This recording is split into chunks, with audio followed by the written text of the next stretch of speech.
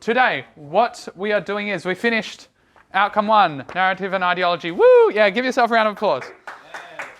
What movies are you watching now? We are not watching any movies now.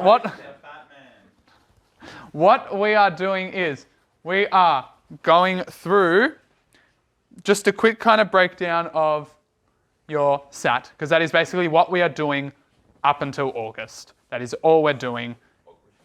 Unit 3, outcome 2 and 3, Unit 4, outcome 1 is all for your SAT. That's all we do. So I'm going to do a quick rundown of just the rest of Unit 3. I've given you all this as well. This is the authentication, record form, VCE, media, school assessed task 2023. Do not write on it. So, quick breakdown. Your SAT, so your school assessed task, it contributes to 40% to your study score. So this is big. I believe also your exam is 40%, and then the other two outcomes are 10% each. So the SAC you just did is 10%. The SAT is divided into 3 components. As I said, Unit 3, Outcome 2, Unit 3, Outcome 3, and Unit 4, Outcome 1. And I've also put the criteria in this document that is related to each one. So the plan is I'm going to put like due dates to do check-ins for each criteria so that we can keep like a constant workflow and that we're making sure that you're doing what you need to be doing. So date-wise, this is roughly what I'm looking at with how the units and outcomes are going to run. Unit 4, Outcome 1, it's tentative to be like week 4 of term 3, because then that should give us a bit of time for our final outcome, which is about agency and control in the media. We may start that as you're finishing things, like we might do a lesson a week, and then we can just extend this as well if we need to. So this is just kind of a quick rundown and what the 3 outcomes focus on. So I'll go into them a little bit more now, just Unit 3, just the Unit 3 ones. So I have just grabbed this from the study design. So on completion of this unit, the students should be able to research aspects of a media form and experiment with media technologies and media production processes to inform and document the design of a media production. So basically from now, for like the rest of this unit, you are doing planning, you are doing experimenting, you are doing tests, you are doing research, you are writing things, and just collating things for your like folio. Your research portfolio will have documentation of examining aspects of your selected media form, whether it is film or podcast, audio, whatever it is you're doing. You'll also be doing production experiments, and you'll have documentation with that. So every time I say documentation can be from just bits of research that you do, writing down some paragraphs. It can be samples of things from other media forms. So like if you're doing a film, or if you're doing like an animation, you might grab screenshots from other animations that you're inspired by. You're looking for inspiration. Any form of inspiration, you put down and you write about it. Yes? To do with your experiments, production experiments, Yeah. could that be us, say if you're doing film or photography, Yeah. actually doing what we're planning on doing to see if it works? Well, when it comes to your production experiments, you're going to be looking at just like testing out any sort of codes or conventions. So if you are doing photography, you can look at what you're going to be shooting. You can do like samples. That's what, that's what I meant, like samples. Yeah, and like if you're maybe looking at certain framing, how you want to do it, or if you're like using different lenses or different technology or different editing styles, you might want to... Yeah, like taking multiple pictures and seeing what aspects of it you like. Yeah, so that would be a great example for an experiment. You take, you have, say, an object, even if it's just this pen, you might then have a sequence of them and discuss, this feature worked well, but this didn't. I might look into doing that further. Stuff like that. So your research portfolio, like I said, it'll include a range of things. It can be it will include, you need to, if you want to get the appropriate marks, investigation into your narrative that you're creating, what the genre is, what the style is, any codes and conventions, characteristics, that relate to your media form. And any pre-existing works, so any bits of inspiration, any photos, videos, ideas, what informs your ideas. You'll be exploring your audience. The audience, how it relates to your genre, how they can, or your style, what you're creating, how they consume, how they engage. Again, pre-existing works. You will explore different kinds of technologies, equipment. So just like we said, for example, doing with photography, you might look at different framing. If you're doing animation, you might look at maybe different styles of animation or different softwares. I know most of you, or if you are doing animation, you do have your softwares, but you can look into experimenting the limitations with that and workflow, things like that.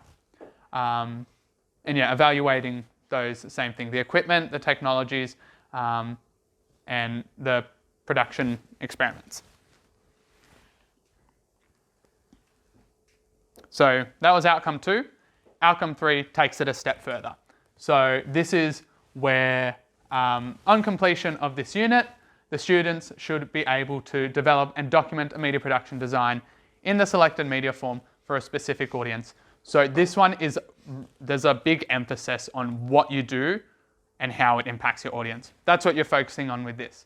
And also just a reminder, you'll be creating a production design plan.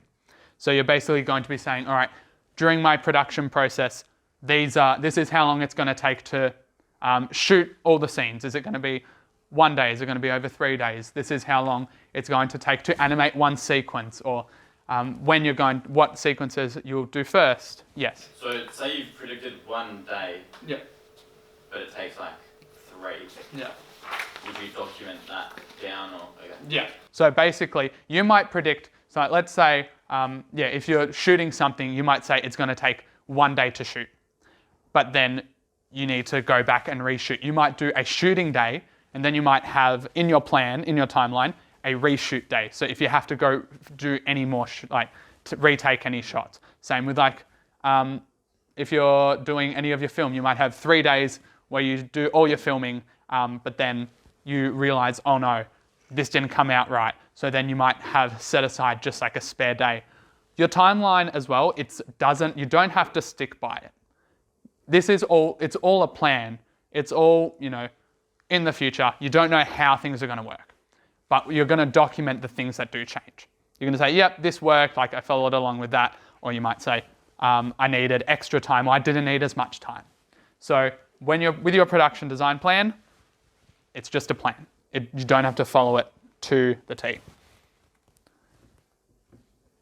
Your production design plan, these are the things that it'll include. So you'll have any written documentation detailing your audience, engagement, narrative, style, and intention, the intention of your media product. So this would be an extension of what you did in outcome 2. You'll have any written and visual representations of proposed production, including references to codes and conventions. As well, this is a big one, documentation of production and post-production roles, tasks, and timelines. So this might mean you've got your storyboarding, you've got your shot list, you've got your dates when you're going to film, your post-production dates, when you're hoping to have it produced and completed, and those things like that. Your production design plan must be fully completed in Unit 3. So I have to tick off on what you've done. I have to have a look and say, yep, you're all good. You can now go start your production. You have to finish your pre-production and your planning and everything. Make sure everything is collated before you start your production. And all written and visual documents should clearly establish your audience, narrative, engagement, style, intentions, codes and conventions, and that are appropriate to your media form. So this is basically a checklist of everything you need to make sure that you have documented. So your audience, what's the intention of your media product? What are you hoping? What are you aiming to achieve with it? How well do you know the genre, the style? Those are the things you need in it. The SAT authentication record form I've given you. So basically what we're going to do is we're going to do check-ins. And every time we do a check-in, I'm going to be ticking off if you've completed it. There is on the VCAR website, there is another version of it which almost has like a criteria along with it from 2021, which I'm happy for us to use as well. But for now, we're just going to use this, the 2023 version. What I want to do is I just want to quickly break down the 4 criteria that we're going to focus on in Unit 3. So the first one is research, documentation, and evaluation of relevant aspects of a media form to inform the design of a media production.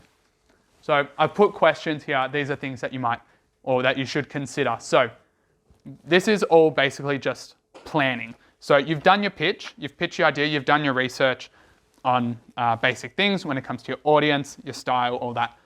You're now going to expand on that. I've given you your feedback. You're going to do reflections about certain things. You might look at what you might change, how you might go about things differently. And these are the things you want to consider. So have you analysed the media form? So what we've got film, we've got audio, we've got animation. And have you analysed its relevant codes and conventions? Have you addressed them all, the ones that you're focusing on? Have you analysed the engagement of audiences in the style and genre of your narrative?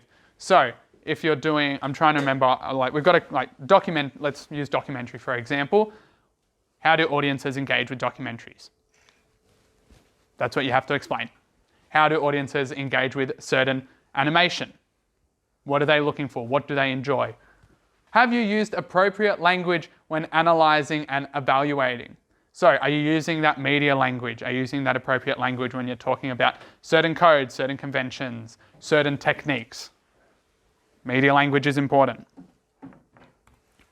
This, I have a couple examples as well. This has also been produced by VCAR, or this is past students' work that VCAR uses as examples. So as you can see, this is an example of one of the codes, lighting, and they've actually gone and looked at certain already pre-existing media products. So they talk about this one here, they talk about the use of lighting in an Arctic Monkeys music video.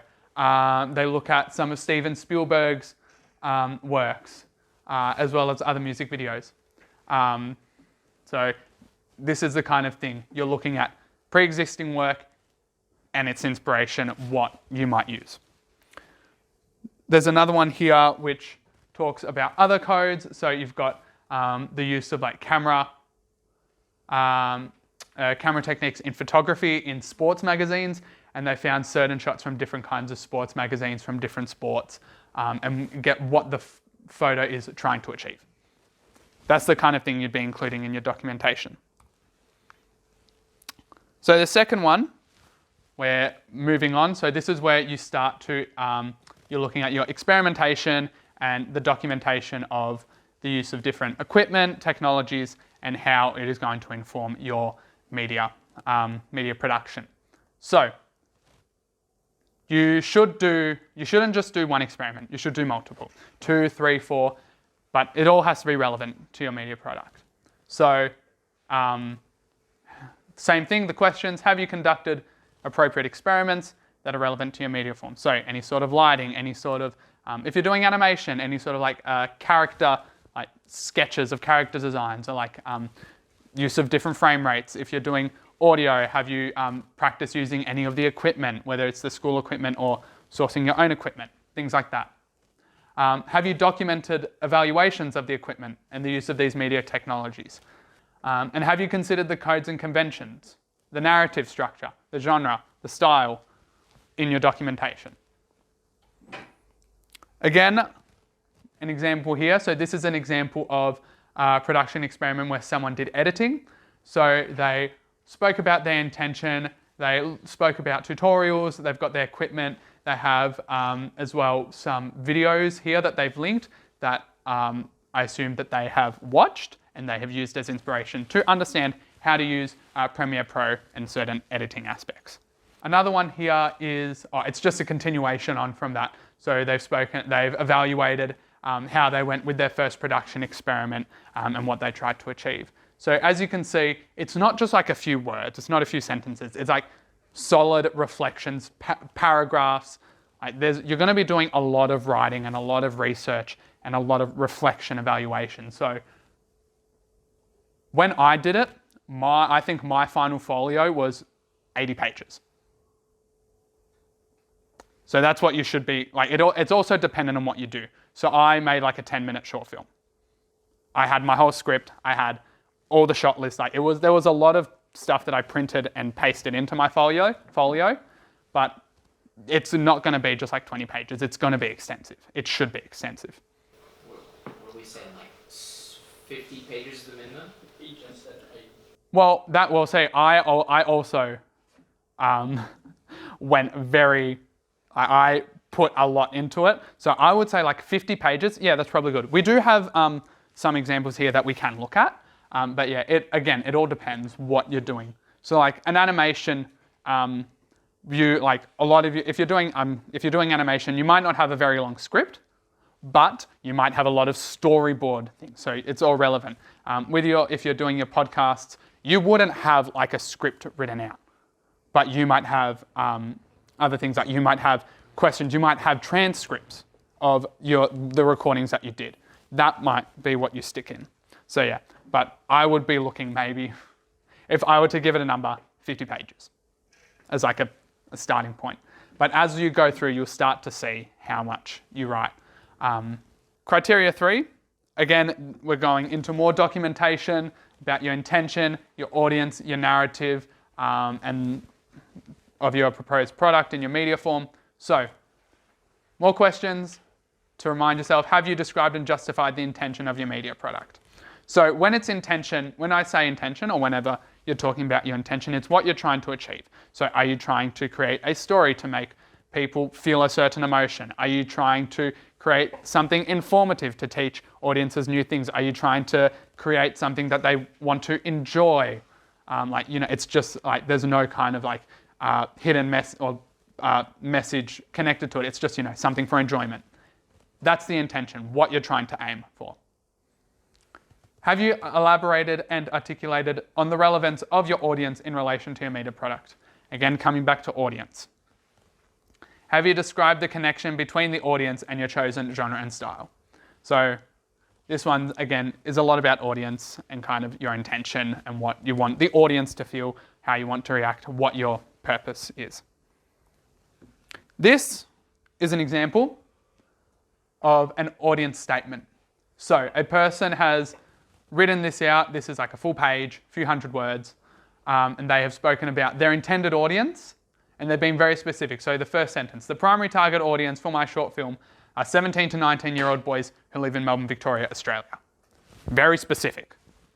They even go further, saying that their target audience are film buffs with an array of knowledge on historic films or history during 1920 silent era. They have then also mentioned some examples of films or some of their, inspiration. They've spoken about music, popular film, popular scores, popular artist bands. Everything that relates to their audience is all there in one paragraph. It probably goes on for longer, but yeah, this is kind of the extent that you're looking for if you're wanting to achieve for that high standard. Last one, criteria 4. So this is where you're looking at your pre-production for a specified audience in a selected media form. So this is where you start to think about your timeline, what you're looking at, the timeline of the creation of your production and post-production, and all the roles that you need to fill. So, have you described all the relevant production and post-production roles, tasks, timelines?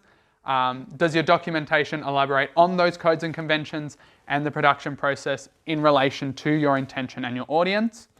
And do you have your visual and written representations, and do they communicate the use of codes, conventions, and the production process? So this is basically just your last bit, making sure everything's collated and that you have everything in order ready for you to go. And this is just one final example. This is an example of someone with their documentation. So they've got their storyboarding, and then there's also an example of, say, like their draft script, their first script, or even their final edit. So if you are scripting something, you might have a first draft that you might do, and then you might have your final one. And you can reflect on it, write the comparison, or like what you changed, what you edited, what you kept, and things like that. Yes. So this is the only thing we're going to be doing till August. Pretty much. This is all you're going to be working on. So every time you come to class, you're working on your folio. You're either doing research, you're doing your experiments, you are doing any sort of like, even if you have to go do some printing, anything. Like that's basically all we're doing. That's all we're doing. So we don't exactly have any more sacks. Well, you do have one more SAC in Unit 4, which we do at the end of Term 3. Like this, like I said, this is rough because I've put this as like ending the 9th because that's the third last week of term. You finish on the 23rd. That's the last day of school or the last day of the term. I don't know when. This might change though, depending on when your practice exams are. Because I assume the practice exams are in that second last, or like it'll be roughly around then.